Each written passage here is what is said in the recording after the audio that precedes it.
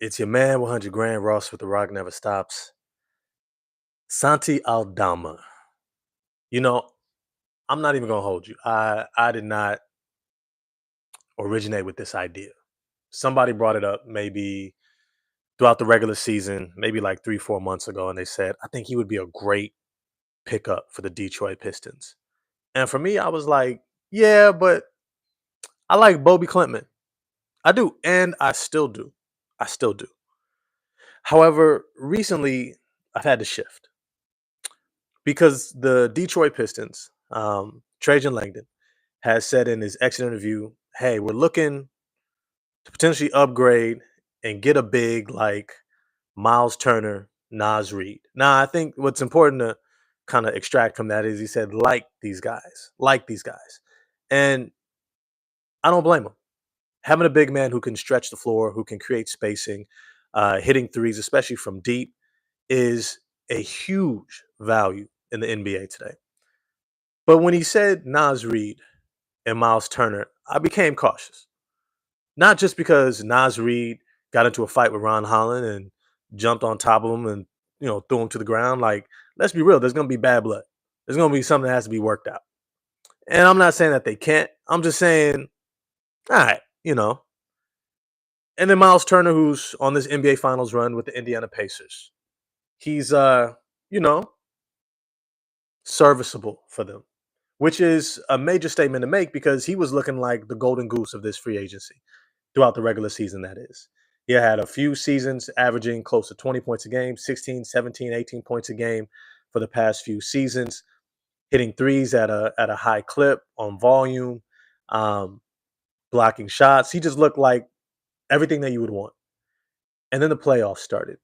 And then you looked at Miles Turner like, wait, you can't grab a rebound, bro? Wait, Carl Anthony Towns drives past you every single time? And Mitchell Robinson just debows you out the way and snatches rebounds from you?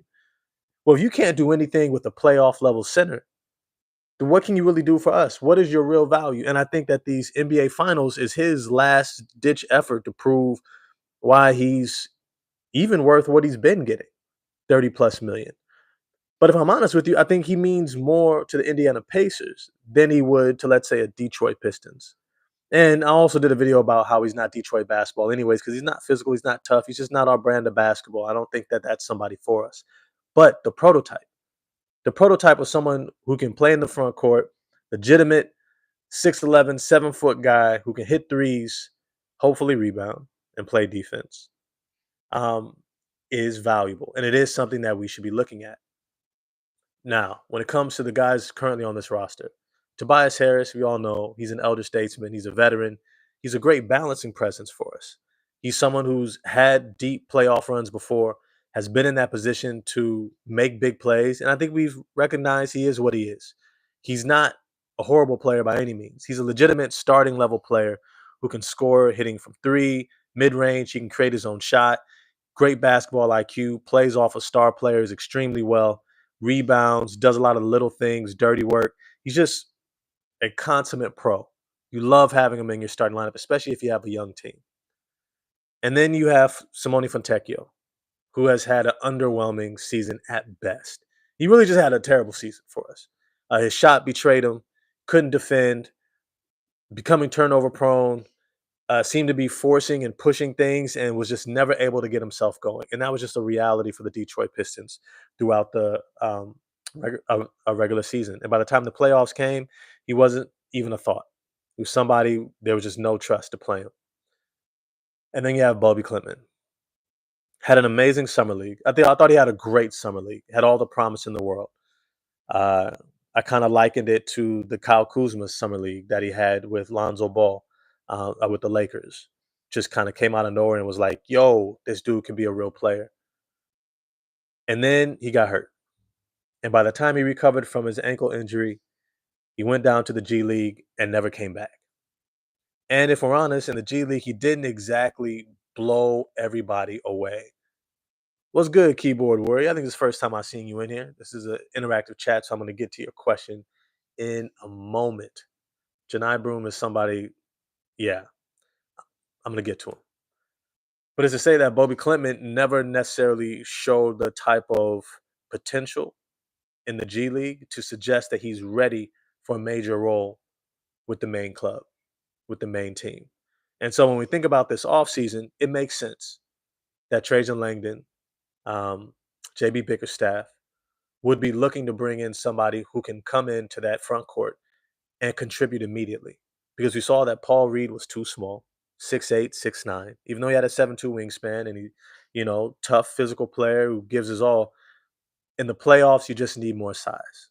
Tolu Smith, our draft pick from a year ago, spent the full time in the G League. He wasn't exactly able to blow away the G League to earn minutes with the main club either.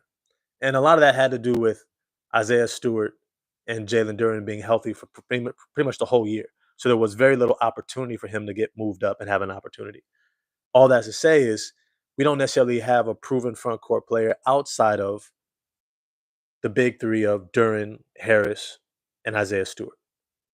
Now, I say big three in terms of front court because they were good enough to get us to the sixth seed of the Eastern Conference playoffs, which means that they were more than validated, more than worthy of those roles. And I would not mess with that at all. Duren is our center of the future. Isaiah Stewart is our cultural linchpin. Tobias Harris is our veteran that keeps us steady. Whenever we're getting all over the place and we don't seem to be settled down and know what to do, he seems to always know what to do. And I love that about him. He's our version of the Boston Celtics, Drew Holiday. Now, in terms of this offseason, we've been looking at a lot of different people. And when I say we, I mean NBA fans, Detroit Pistons fans, Twitter. And I'm sure Trajan Langdon has as well. And as my man Keyboard Warriors shared, Janai Broom was brought into pre-draft workouts. Now, let's be clear. Janai Broom is the type of player, I'm just going to give you my take on it. Janai Broom, and I want to pull up a player for reference here. From the Boston Celtics. Janai Broom is Xavier Tillman. That's who he is. Janai Broom is Xavier Tillman. He's a guy 6'9" without shoes, 6'9" change without shoes, 6'10" with shoes on, of course. He's going to be solid. He's not going to mess up a lot. He's not necessarily going to give you a lot. So he's a low cost, low reward type of player. Now, I'm not mad at that. I think he could come in to our front court, give it some depth, and he's going to be solid no matter what. But I don't think that that's necessarily the direction we need to take. I don't think solid at best is what we need to be steering for. I think anybody that we bring into this franchise, we need to bring in to say, can you be a part of a playoff team? Can you be a contributor to a playoff team? Because that's what the Detroit Pistons are from this point on. In fact, I keep telling you guys, after this coming season, we will be in our championship window. We are going to be a team that is competing for an NBA championship, which means that whoever we bring in needs to be able to support our main core with winning championships, with winning playoff games. We need experience. We need definable skill. We need the ability to play off elite talents. We need individuals who are ready to contribute. And that's what brings me to one Santi Aldama. Look, as I said in the beginning, I did not initiate the Santi Aldama talk. What do we have to give up for Santi Aldama? I like him a lot. I'm about to get to that, my boy. I'm about to get to that. We wouldn't have to give up anything. He's an unrestricted free agent. I believe, and let me just triple check. Let me triple check.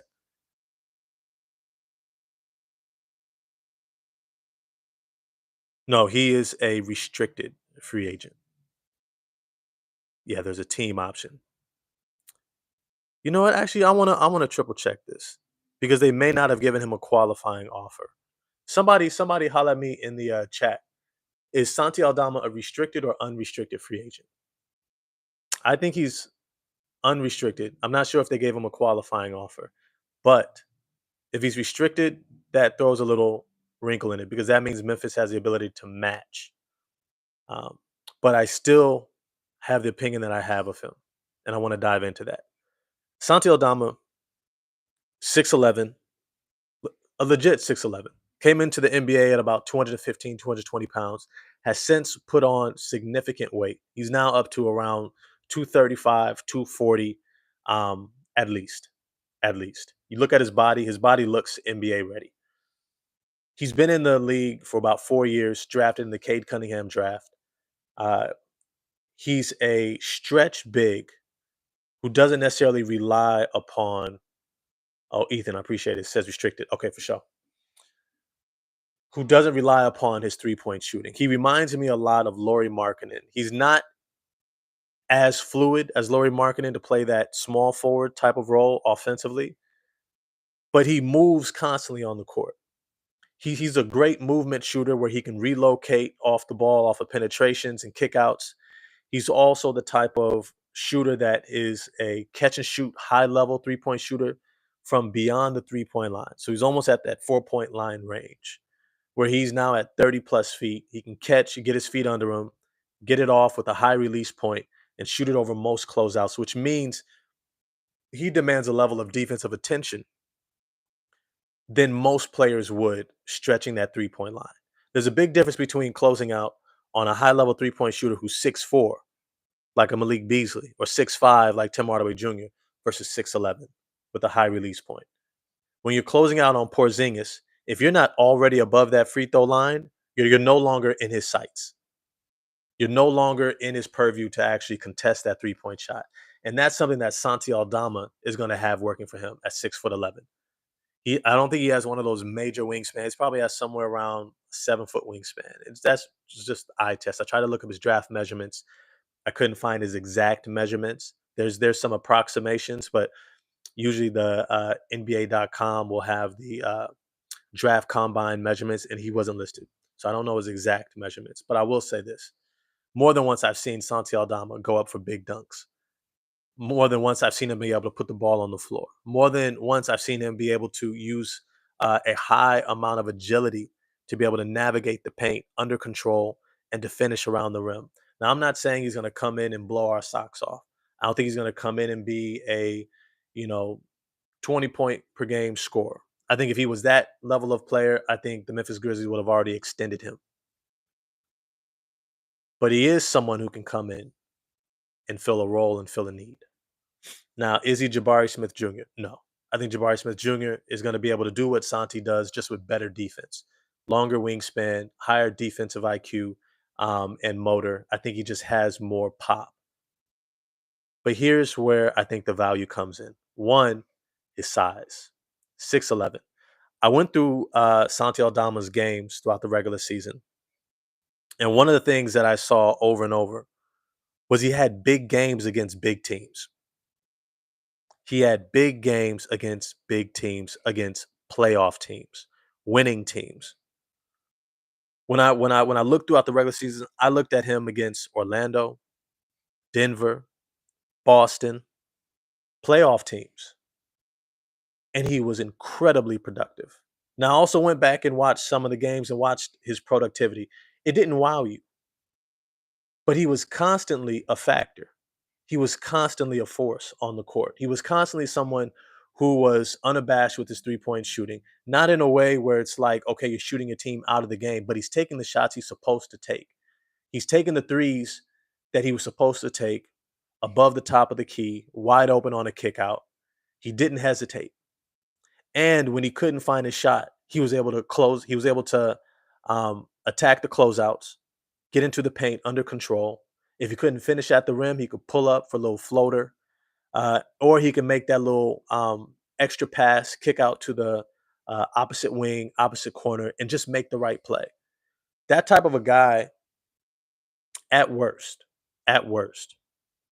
is your future bench forward front court player who's going to be able to give you 18 to 25 minutes a game. He essentially becomes your Isaiah Stewart before the power forward position. He's someone who can come in and when he needs to, if he has to start, he's just going to be productive. a la Tobias Harris. The difference is he's also only 24 years old. And that's something I love about him as a prospect. At 24 years old, he has significant playoff experience playing for a winning team in the Memphis Grizzlies. He's had to play starter minutes. I do not know his dad played against the Dream Team, so he's got hoops in his blood. Oh, that's dope. Great point. I don't know much about him, but a player that can play the four and back up the five at 7 feet is a position of need. Facts. Facts. I'll throw the bag at him. He would complete our starting lineup, and to have Tobias off the bench would be scary for the league. I agree with that too. Great point. Sean Truth. He's an upgrade over Tech for sure. He's perfect for us with Stu.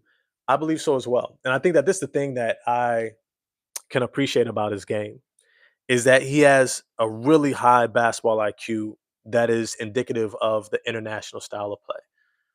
A lot of people don't realize this, but international ball. I love the comment that my man James Barlow made. I forget the name of his channel.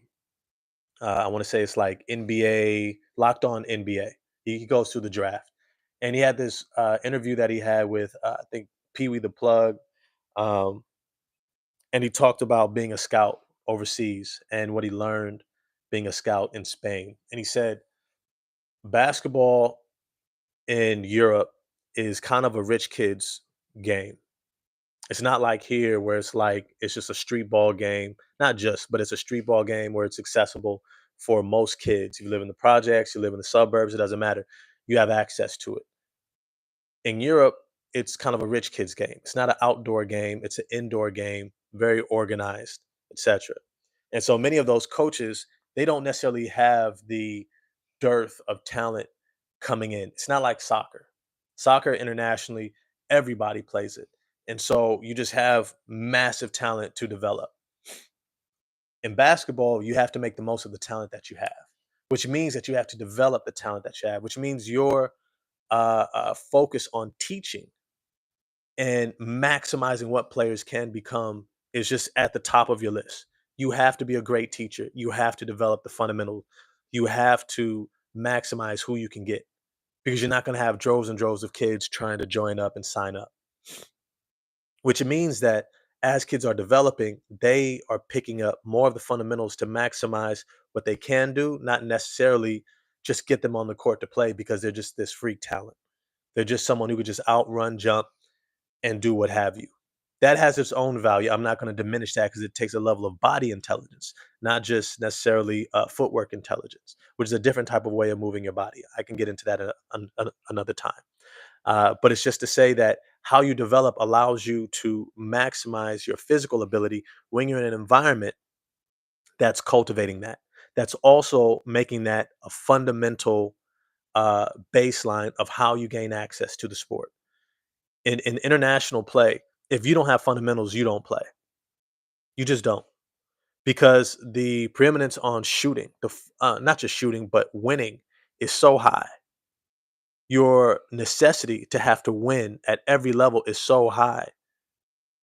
If you are not an effective part of winning, you don't see the court. It's not like in the US where if you're exciting, if you're athletic, if you have a lot of talent, they need you. And so they're going to give you playing time no matter what. In international play, most guys aren't that talented coming in. Most guys are about the same level of talent. The thing that separates them is their skill, their fundamentals, and their confidence. And your ability to master your skill and your fundamentals and have great confidence is what gets you on the court. All that's to say is Santi Aldama coming up internationally and then going to Loyola Marymount here in California, having two great seasons for them. His second season as a sophomore, he averaged 20 and 10 with about 3 assists, I believe. Just had a monster year as a sophomore, bode well for his transition to the American game from international play. And then coming in to the Memphis Grizzlies right away, very quickly, he became a major part of that organization. By his second season, he was getting regular minutes. By his third season, he was getting close to 20 plus minutes a game, having frequent starts when Jaren Jackson Jr. would be out or Maybe Brandon Clark was out, or maybe their starting center at the time, whether it was Steven Adams or Jonas Valanciunas. Um, Santi Aldama consistently earned minutes and the trust of his coach for a playoff level team, right? And this is prime John Morant, Jaren Jackson Jr., Desmond Bain when they were ascending. Santi Aldama has been trusted and he's proven himself consistently, even if he's never been all-star level player, even if he's never been someone who blows you out the water and it's like, oh man, this guy's gonna be a future star. That's okay. Can you be a superstar in your role? Can you be a superstar in your role? And that's what I think that Santi Aldama has the potential to be because he's still only 24 years old. He's a young player, really good size. Keep in mind, he's been able to stay relatively healthy throughout his first 4 years, which is a major plus for front court players early on in their career.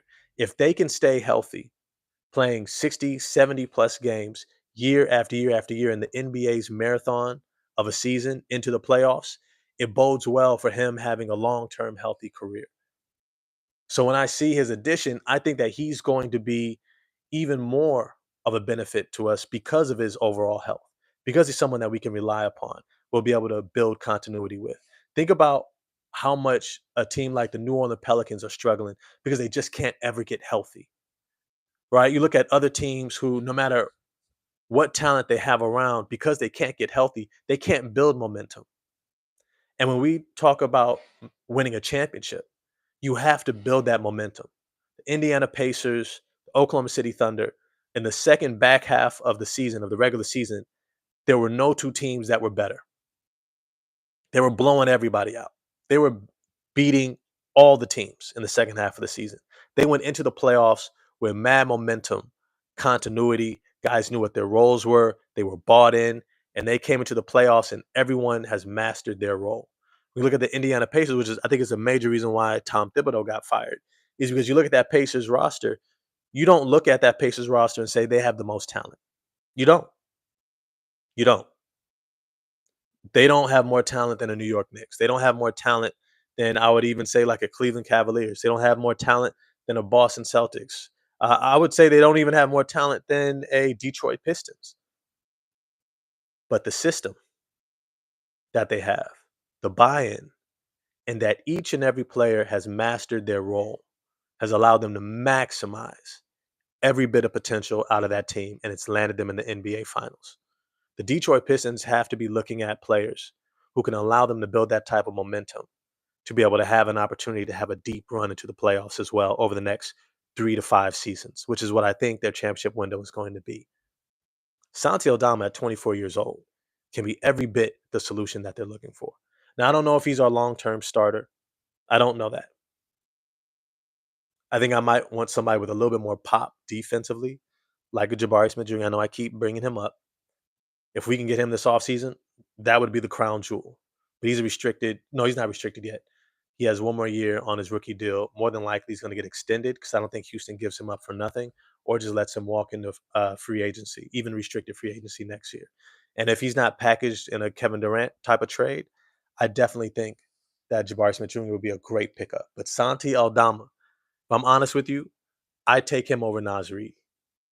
I don't want to get into a bidding war with Minnesota. I don't want to have to outbid all these other teams. I would rather go for a Santi Aldama that I can get for, let's say, 12 to 15 million, right? Which would uh, push Memphis out of the price range that they would want, while at the same time keeping us financially flexible for the future. And I definitely don't want to get into a price war with the Indiana Pacers. Miles Turner is getting $30 million. He's not worth $30 million. I'm sorry. That's just my opinion.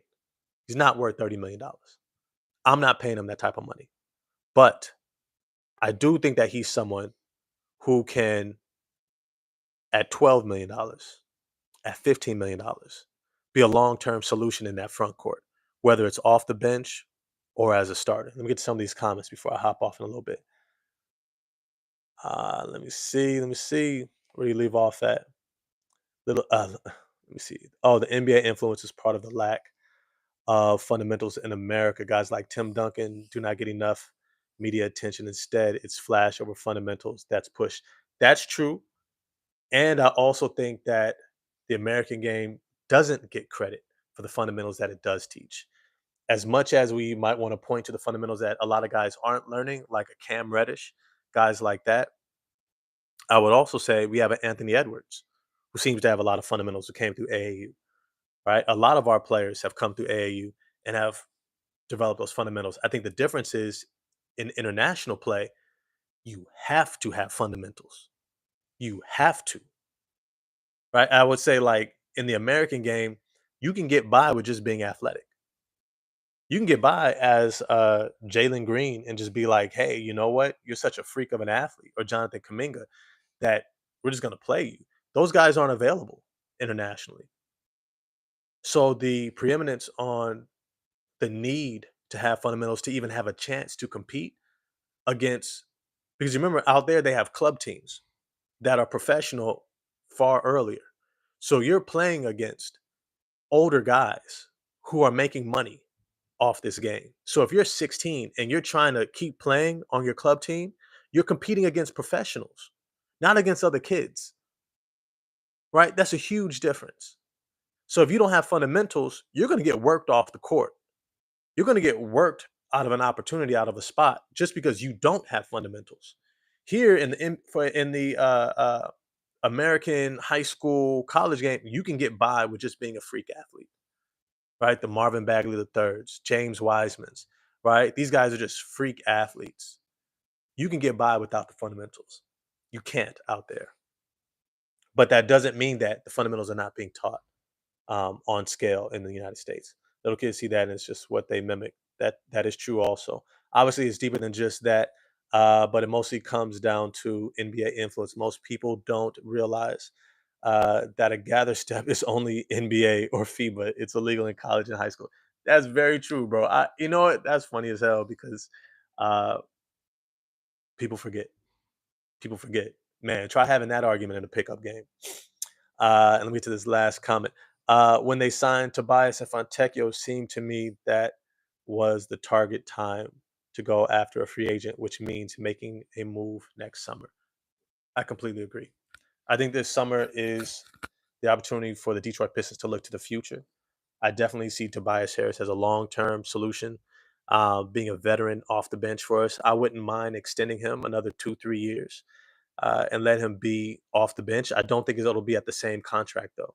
If anything, I might have a descending contract where he gets another year of, 24 million, something like that, and then it goes to 20, and then it goes to 15, something like that. But yeah, I think that's about it for this live. Santi Aldama, I like him for us this offseason. He's a restricted free agent that I think we should go after and get over a Nas Reed or Miles Turner. I do like Bobby Portis as well, but I do like the fact that Santi is younger. He can get out and run with us. The fact that he's played alongside John Morant in an up-tempo system, I think that he's going to have more of ability to acclimate himself to the style of play the Detroit Pistons are going to have this coming season. But as always, appreciate the live. To this last comment, Tobias won't get anywhere near the same contract. Yeah, facts. That will create space to sign somebody. I agree. Completely agree. Man, I appreciate y'all joining me for this live. Santi Aldama, check him out.